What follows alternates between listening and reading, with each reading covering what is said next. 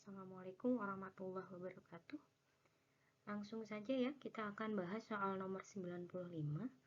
Pada soal 95, gaya pulih pada pegas merupakan hasil perkalian antara konstanta pegas dengan perubahan panjang pegas. Dengan demikian, dimensi konstanta pegas adalah, untuk menyelesaikan nomor 95, teman-teman bisa ingat kembali besaran dan satuan serta dimensi yang sudah dipelajari di kelas 10. Silahkan buka catatannya. Nah, kita ingat kembali rumus dari gaya pemulih. Apa sih rumus gaya pemulih? F sama dengan K dikali delta X. Kemudian, apa yang harus dilakukan? Pertama, teman-teman ingat satuan dari gaya. Satuan dari gaya apa sih? Nah, kalau teman-teman lupa satuan gaya, ingat lagi rumus gaya. Rumus gaya itu kan M dikali A. Nah, satuan dari massa itu apa? Kilogram. Kalau A, percepatan meter per second kuadrat. Atau bisa ditulis kilogram meter second min 2.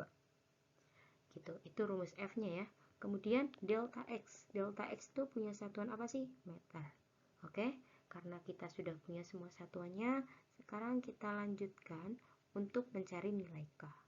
Berarti nilai K sendiri itu adalah F dibagi delta X. Kemudian kita masukkan satuannya, ini kilogram meter S min 2 dibagi M, ya kan? Kemudian kita coret meternya. Nah, sekarang teman-teman dapat kilogram S min 2. Nah, kilogram itu punya dimensi M besar. Terus kalau misalnya S itu punya dimensi T. Berarti T min 2. Jadi jawabannya yang B. Begitu. Jadi kita lanjut ke soal nomor 6 ya, teman-teman. 96 ya, teman-teman. Nah, teman-teman, di sini kita punya soal sebuah benda bergerak lurus dengan percepatan konstan. Nah, ada kata-kata percepatan konstan, ini artinya bendanya GLB, B, ya kan? Terus kondisi awal diam, berarti ini kecepatan awalnya diam itu berarti V0 sama dengan 0, ya kan? Berdasarkan data tabel, percepatan benda tersebut adalah berapa? Nah, karena di sini tabelnya posisi terhadap waktu, kita bisa tulis delta S sama dengan V0 dikali delta T tambah setengah dikali A dikali delta T kuadrat. Nah, delta S, berarti karena V0-nya itu 0, berarti 0, ya kan? Berarti delta S itu sama dengan setengah A delta T kuadrat. Nah, teman-teman mau nyari A kan? Berarti A itu sama dengan dikalikan jadi 2 delta S dibagi delta T kuadrat. Nah, untuk lebih mudah kita gunakan ini ya, yang posisi 4 dan 2 saja. Gitu. 2, 4 dikurang 2 dibagi, ya kan? Waktunya kapan itu?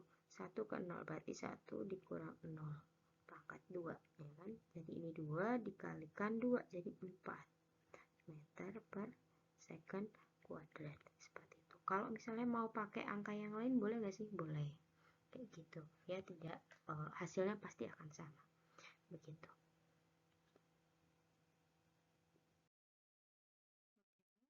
Kita lanjutkan nomor 97. Nah, pada soal nomor 97, sebuah benda bergerak melingkar memenuhi data pada grafik kecepatan sudut terhadap waktu berikut. Jika jari-jari lintasan tersebut sebesar 50 cm, maka besar percepatan linier benda. Berarti yang diketahui pertama ada jari-jari lintasan R.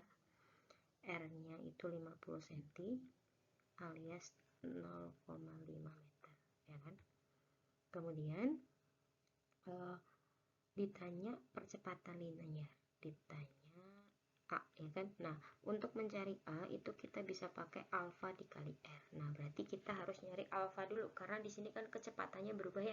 Kalau kecepatan berubah berarti ada yang namanya percepatan sudut. Berarti alfa itu delta omega per delta T. Nah, kalau ada garis miring ini sebenarnya kita bisa cek dari kemiringan garisnya, atau omega 2 dikurang omega 1 per T T2 kurang T1. Caranya gimana? Kita cek dulu. Ini yang garisnya saling berpotongan. Ini. Terus nggak ada lagi kan yang lain. Nah, ini susah kan? Jadi kita ambil yang awal aja yang sini. Ini kan ada garisnya nih. Nah, ini berarti 1, ya kan? Nah, ini berarti 0. Berarti kita sudah tahu bahwa kecepatan awalnya itu 1, kecepatan akhirnya 5. Berarti 5 dikurang 1 dibagi T akhirnya itu 5, ya kan? Terus T1 nya itu 0. Jadi sekarang kita punya 4/5, ya kan? Nah, sudah dapat. Sekarang kita bisa nyari A. A itu alfa dikali R. Alfanya itu 4/5. Jari-jarinya 0,5. Nah, ini bisa dibagi. Ini jadi 0,1 ya teman-teman ya. Berarti 4 dikali 0,1 0,4 meter per second kuadrat. Nah, jadi jawabannya yang beta. Gitu ya. Oke. Lanjut ke nomor 98. Pada soal 98, ini dikatakan sebuah balok bermassa M dikenai gaya F pada sebuah lantai kasar seperti pada gambar. Jika diketahui besar F sama dengan berat benda dan besar gaya gesek 1/10 F, jika percepatan gravitasi saat itu adalah G, maka koefisien gesek permukaan ia sebesar berapa? Nah, terus gimana kita mengerjakannya teman-teman? Pertama, di soal tuh dikasih tahu kalau misalnya F itu sama dengan berat benda, berarti sama dengan W atau sama dengan M kali G. Terus dikasih tahu lagi besar gaya gesek. Oke, F gesek sama dengan 1/10 dari F, ya kan? Nah, terus atau berarti F gesek itu 1/10 M kali G, iya nggak sih? Karena kan di soal dia bilang F gesek itu 1/10 dari F. Berarti F gesek itu 1/10 dari M kali G. Selanjutnya apa yang harus dilakukan? Nah, kita cari dulu. Yang ditanyakan koefisien gesek ya. Ditanya mu atau koefisien geseknya berapa. Nah, ini ditanya. Terus cara mengerjakannya gimana? Nah, pertama kita cari tahu dulu rumus G gesek. F gesek itu kan rumusnya mu dikali N, ya kan? Nah, kita cek lagi gaya normalnya. Lihat nih gayanya itu kan miring gitu ya. Kalau misalnya gayanya miring, berarti harus dibikin tegak lurus dan mendatarnya, ya kan? Nah, ini ada F arah Y dan di sini ada F arah X. Nah, ingat kalau yang dekat sama sudut itu cos, yang jauh dari sudut sin. Berarti karena Fx itu sampingan banget sama sudut, berarti Fx itu sama dengan F cos 37 gitu. Sedangkan Fy itu jauh, berarti Fy sama dengan F sin 37. Oke. Nah, kemudian kita gambar gaya-gaya lain. Nah, di sini ada gaya berat, ada W, terus di sini ada gaya normal N, ya kan? Terus karena kita mau nyari gaya normal, kita lihat gaya-gaya yang sejajar sama gaya normal. Ada apa aja nih? Ada W, ada N, dan ada Fy. Kita lihat tanda panahnya, si W arahnya ke bawah, si N ke atas, si Fy itu ke bawah. Nah, kita lihat berarti gaya sumbu Y itu bernilai 0. Sigma F sama dengan 0. Ada apa aja sih? Ada N yang ke atas, N positif. Fy juga positif karena arahnya ke atas. Terus si W arahnya ke bawah, berarti negatif W sama dengan 0. Berarti N itu sama dengan W dikurang Fy, ya kan ya? W dikurang Fy gitu. Kemudian kita bisa masukin ke persamaan. Udah dapat kan N-nya? Nih, N-nya udah dapat. Masukin nih. Berarti kita punya F gesek sama dengan mu. Nah, N-nya itu diganti pakai W min F Y. Nah, gitu. Kemudian F gesek itu tadi kan 1/10 mg. Masukin 1/10 mg sama dengan mu. W itu M kali G min Fy itu F sin 37 terus 1/10 mg sama dengan mu, di sini mg min. Nah, F itu kan mg, tulis mg dikali sin 37 itu 3/5 ya kan, berarti 1/10 mg sama dengan mu 1 dikurang 3/5 jadi 2/5 ya teman-teman, 2/5 mg. Nah, kanan kiri punya variabel mg coret ya kan, mg nya coret. Jadi sekarang kita punya 1/10 sama dengan 2/5 mu ya kan. Nah, terus kali silang aja ya. Jadi kita dapat 5 sama dengan 20 mu. Berarti mu sama dengan 5 dibagi 20. Berapa tuh? 5 bagi 20. 0,25 ya. Gitu. Jadi jawabannya yang desa. Seperti itu. Oke. Lanjut lagi ke nomor 99. Nah, pada soal nomor 99, periode planet A yang memiliki jari-jari orbit 9 kali orbit bumi saat mengelilingi matahari adalah, jadi kan bumi itu mengelilingi matahari selama 1 tahun ya. Jadi periode bumi mengelilingi planet T bumi itu adalah 1 tahun. Anggap aja jari-jari bumi itu adalah R. Kemudian kita punya planet A ya, berarti planet A jari-jari ya, jari-jari planet A berarti RA itu adalah 9 dari jari-jari bumi alias 9R begitu. Yang ditanya itu adalah periode planet A, TA nya berapa sih gitu. Kemudian cara mengerjakannya gimana? Nah, ingat aja persamaan dari periode planet itu kan TA kuadrat sama dengan RA pangkat 3. Nah, kalau perbandingan tinggal bandingin aja. Berarti TA per TB pangkat 2 sama dengan RA per RB pangkat 3. Nah, terus teman-teman tinggal masukin periodenya planet A kan nggak tahu, T aja ya. Bumi itu 1, udah 1 pangkat 2 sama dengan jari-jari planet A itu 9, berarti 9R dibagi sama R pangkat 3. Kemudian kita coret ya, nggak perlu ini R sama R ya kan. Terus ini kita dapat T kuadrat per 1 sama dengan, nah ini kan 9 itu sebenarnya 3 pangkat 2 ya, dipangkatin 3 dibagi 1 gitu kan. Jadi T kuadrat sama dengan 3 pangkat 6, berarti T sama dengan 3 pangkat 3. 3 pangkat 3 itu berapa? 27, berarti 27 tahun gitu. Nah, kenapa sih dibikin eksponen gini? Biar lebih mudah sih, soalnya kalau misalnya kalian mengalihkan 3 kali 9 tadi 9 kali 9 kali 9 habis itu diakarin lagi itu kan kepanjangan.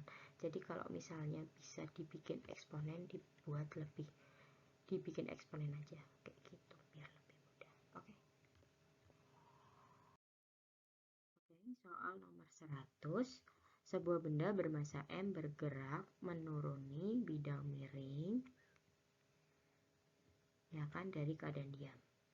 Ketinggiannya awalnya A, kemudian di titik B ya kan. Nah, dia bilang energi kinetik 2 kali energi potensial. Berarti energi kinetik di B sama dengan 2 kali energi potensial di B gitu ya.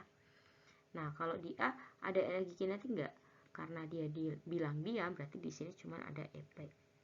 Nah, kasus ini itu berlaku hukum kekekalan energi mekanik. Energi mekanik di A sama dengan energi mekanik di B. Energi mekanik itu sebenarnya kan EP ditambah EK ya teman-teman ya. Nih. Nah, karena di sini di titik A itu nggak ada energi kinetik, berarti energi mekanik di A cuma ada EP toh. EP gitu aja ya. Nah, di B ada EP sama EK. Berarti EP tambah EK. Nah, di soal lagi dia bilang EK itu 2 kali EB. Berarti EP sama dengan EPB tambah 2 kali EPB. Jadi EP sama dengan 3 kali EPB. Oke. Nah, berarti EP itu kan rumusnya MGH. Berarti MGH sama dengan 3 kali MGH. Ini hanya HA, yang satu HB.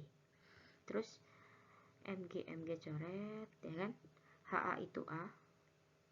Nah, HB itu B, berarti 3 B. Berarti A itu sama dengan 3 kali B. Mana? A itu 3 kali B. Oh, karena gak ada, ini setara sama B itu sama dengan sepertiga dari A. Ada nggak B sepertiga dari A? B sepertiga dari A. Ini yang E. Kayak gitu jawabannya ya.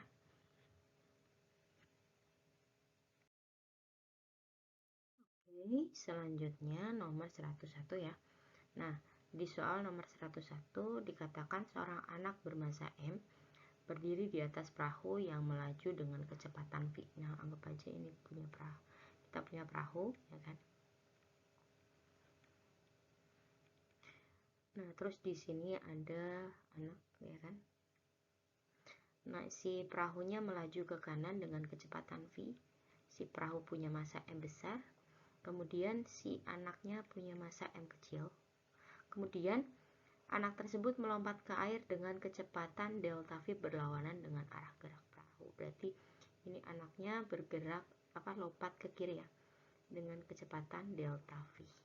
Yang ditanya kecepatan akhir perahunya berapa.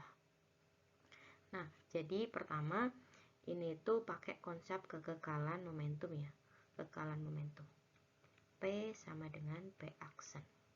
Nah, P mula-mulanya ya kan, momentum itu kan rumusnya M kali V ya teman-teman.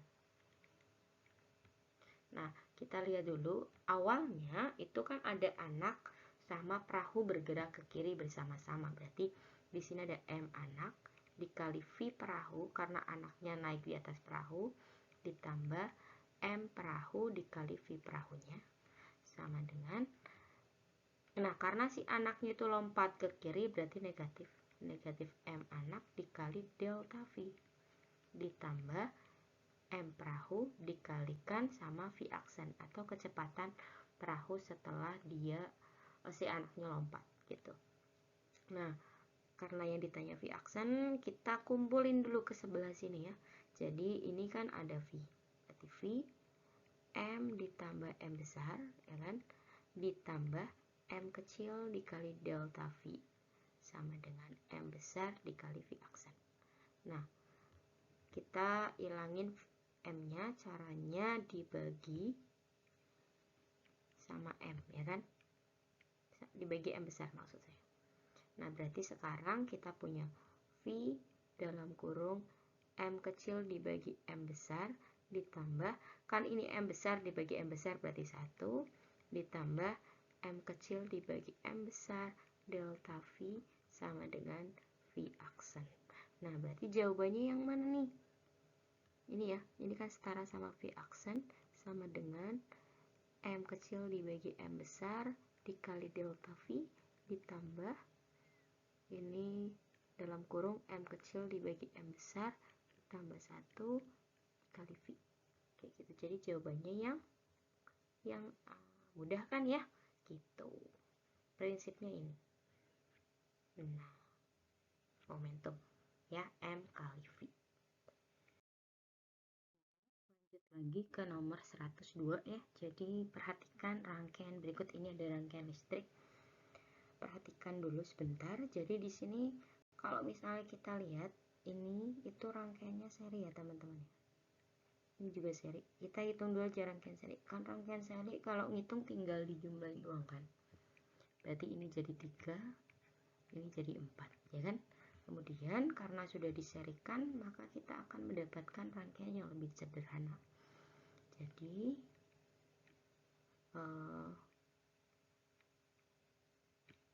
di sini 3, ya kan? Di sini itu 6, ya kan? Terus di sini ini ada 7, ini 6, 3, 7, ya kan? Kemudian bagian sini ada 4,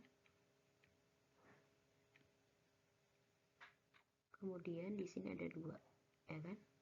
Nah, ini kalau misalnya teman-teman lihat, ini jadi seperti rangkaian jembatan Watson ya. Ya enggak? Nah, kan ada aturannya tuh, kalau misalnya yang seberangan kita kali dan hasilnya sama, maka rangkaian yang di tengah itu dihilangkan. Jadi kita kalikan 3 kali 4 12, 2 dikali 6 juga 12. Berarti 7 itu enggak dianggap.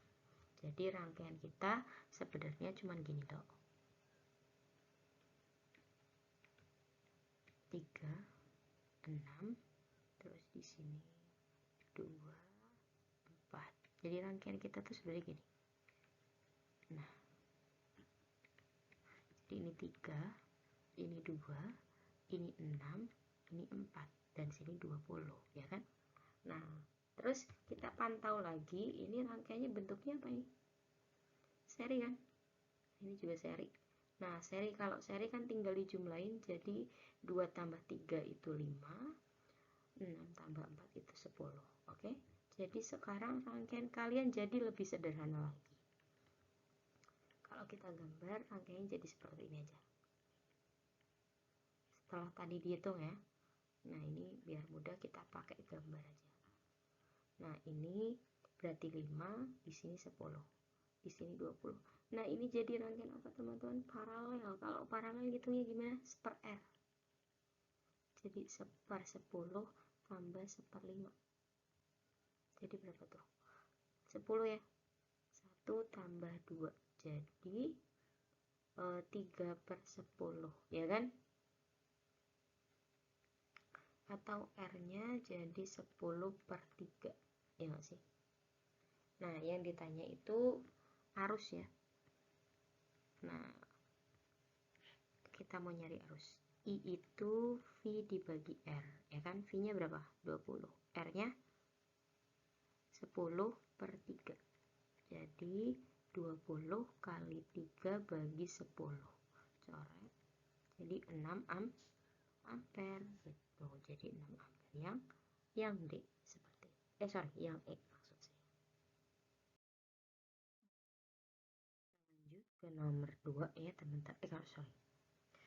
Ke nomor 103 ya, ke nomor 103. Nah, pada soal 103 ini kan ada 2 buah konduktor dengan besar muatan 40 mikro, jari-jarinya 10.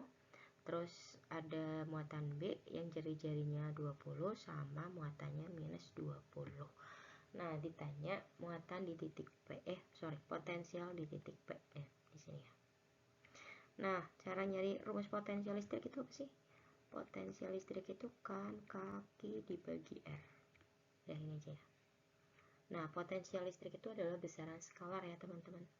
Jadi kalau skalar itu nanti kalau ada tanda negatif di muatan harus dimasukkan.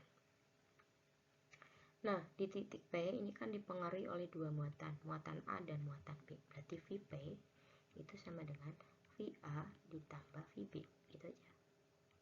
Va-nya berarti K QA per RA tambah K QB per RB, gitu. Nah,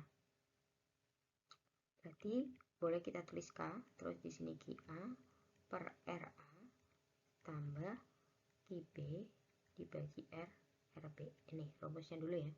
Nah, terus kita cari dulu. Nah, R ini R itu adalah jarak dari pusat, ya kan, pusat bola ke titik P.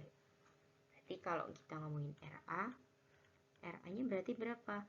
RA itu kan berarti dari dalam nih sampai keluar, ya kan? Berarti berapa? Tengah-tengahnya berarti ini dari sini sampai sini. Kan RA itu lewat RB, berarti dari sini ke sini aja 20 cm ya. Terus sini ke sini berarti 40 cm. Berarti 40 cm. RB-nya nah sama gitu ya kan, dari tengah nih sampai ujung sana ya berarti 40 cm juga. Oke. Nah, ini karena senti diubah ke meter jadi 0,4 meter. Ini juga jadi 0,4 meter. Nah, masukin 9 kali 10 pangkat 9, nilai K 9 kali 10 pangkat 9 ya. QA itu 40 mikro, 40 kali 10 pangkat minus 6 dibagi 0,4 ditambah, nah QB itu negatif, berarti tulis negatif 20 kali 10 pangkat minus 6 dibagi 0,4 juga. Oke, berarti sekarang kita punya 9, 10 pangkat 9 ini jadi 100 ya, 100 kali 10 pangkat 6 jadi 100 kali 10 pangkat 6 aja dulu ya, ditambah ini kan jadi 200 bagi 4 50, berarti negatif 50 kali 10 pangkat minus 6, berarti 9 dikali 10 pangkat 9 dikali 50 ya, 50 kali 10 pangkat 6 berarti 9 dikali 4 itu 450 dikali 10 pangkat 3 ya kan. Nah, dia mintanya dalam satuan mega. Mega itu dikali, berarti kan ini masih satuan biasa ya, masih volt. Berarti kalau ke mega berarti dibagi 10 pangkat minus 6, berarti 450 dikali 10 pangkat 3 dikali 10 pangkat minus 6. Nah, jadinya 0,45 mega volt. Jadi jawabannya yang C. Kayak gitu ya. Jadi kalau misalnya ingat lagi, kalau misalnya dia ngomongnya potensial berarti negatifnya harus dimasukin di muatan. Tapi kalau misalnya gaya, medan itu nggak usah dimasukin. Terus satuan mikronya jangan lupa. Terus ngitungnya ingat dari pusat bola ke titik ya. Makanya di sini baik RA maupun RB ini kan jarak ya, R itu jarak A dan B itu sama karena mereka punya pusat yang sama gitu. Oke, lanjut ke nomor 104 ya. Nah, di 104 ini sebuah elektron dan sebuah proton ditembakkan dengan kecepatan yang sama ke dalam suatu medan listrik. Kayaknya ini ada salah redaksi, harusnya bukan medan listrik ya, tapi medan magnet. Ya, yang homogen dengan mengabaikan pengaruh gravitasi. Maka hal yang ditunjukkan benar, jadi hal yang benar ya, hal yang benar. Yang ditunjukkan itu oleh nomor berapa aja. Nah, yang pertama, proton sama elektron mengalami gaya yang besarnya sama. Nah, kalau misalnya ada muatan, baik elektron maupun proton, dia bergerak dalam medan magnet, maka dia akan mengalami gaya Lorentz ya, nomor 1. Gaya Lorentz itu rumusnya F sama dengan QVB. Ya, karena muatan elektron dan muatan proton itu sama, maka nomor 1 udah pasti benar, ya kan? Karena gaya Lorentz-nya sama. Terus yang kedua, proton dan elektron bergerak dalam arah yang sama gitu. Tidak, jadi elektron sama proton itu tidak akan bergerak dengan arah yang sama ya. Jadi salah. Kenapa salah? Soalnya elektron itu negatif, sedangkan proton itu positif. Jadi mereka tidak akan memiliki arah gerak yang sama. Yang ketiga, percepatan elektron lebih besar daripada percepatan proton. Nah, ingat aja rumus F sama dengan M kali A sama F sama dengan QVB. Nah, kita gabungin, berarti kalau nyari A itu sama dengan apa?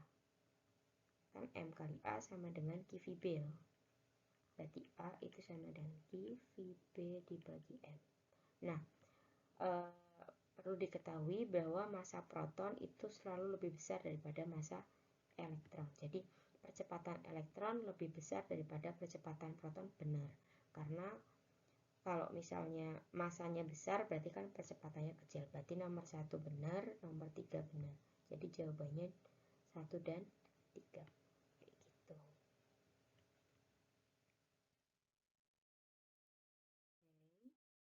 Baik, kita lanjut ke nomor 105. Nah, di soal 105 ini kumparan melingkar dengan jari-jari, berarti ada jari-jari lingkaran 10 cm atau 0,1 meter diletakkan sedemikian sehingga memotong medan magnet ada B-nya itu 5 Tesla. Terus medan magnet tiba-tiba dihilangkan dalam waktu 0,2 detik. Berarti 0, waktu ya. Berarti delta tetanya. Kok delta T maksud saya? Delta T-nya 0,2 pi detik. Terus besar GGL. Nah, ini sama 100 kumparan berarti N ya. N-nya 100. Nah, terus kita akan punya persamaan GGL sama dengan N delta B per delta T min N delta B per delta T dikali A, ya kan? Min N-nya itu 100, delta B berarti kan akhirnya dihilangkan, berarti 0. 0 dikurang 5. Nah, waktunya itu 0,2 pi. Nah, buat luasnya, luas lingkaran pi r kuadrat. Pi r kuadrat. Nah, berarti min 100 dikali min 5 dibagi 0,2 pi dikali pi 0,1 pangkat 2. Pi sama pi coret, ya kan? Ini minus-minus jadi 500 per 0,2 dikali 0,01. Berarti ini jadi 5 dibagi 0,2. 5 dibagi 0,2 berarti 50 dibagi 2 berarti 25. Wow, seperti itu. Jadi yang mana? 25 volt yang C. Seperti itu ya teman-teman. Ya, jangan lupa semua rumus yang ini. Ya kan? GGL sama dengan delta B per delta T dikali A. Nah, luasnya nanti disesuaikan saja. Kalau misalnya di persegi berarti gunakan persegi, kalau misalnya di lingkaran gunakan lingkaran.